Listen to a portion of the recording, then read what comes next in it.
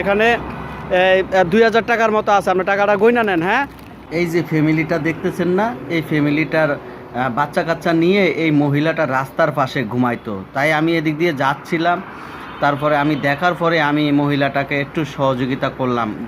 বলার পরে উনি বলল যে আমার হাজব্যান্ড গাড়ি অ্যাক্সিডেন্টে মারা গেছে, এই বাচ্চাগুলা এতিম ভাই, বাচ্চাগুলারে কয়টা ডাল ভাত ভালো মতো খাওয়াইতে পারি না, মাসে একবেলা মাংস খাওয়াইতে পারি না।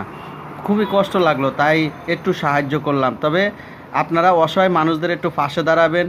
কথা সত্যি হোক বা মিথ্যা হোক সেটা দেখার বিষয় না, অসহায় মানুষদের পাশে থাকবেন, ইনশাল্লাহ আল্লাহ আপনার পাশে থাকবে। আল্লাহ মানুষকে অনেক ধন সম্পদ দেয়, কিন্তু এমন বিপদ আপদ কাউকে না দেয়। আজকে বাবা নাই বলে বাচ্চাগুলা লাতি উন্ডা খাচ্ছে।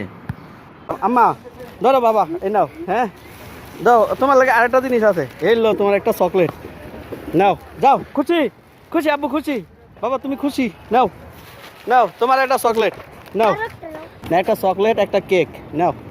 দেখছো আমার আম্মুটার মুখে কি হাসি? আম্মু আয়ো, দেখছো দেখছেন আমার আম্মুর মুখে কত হাসি? হ্যাঁ আম্মু হাসি দিচ্ছ?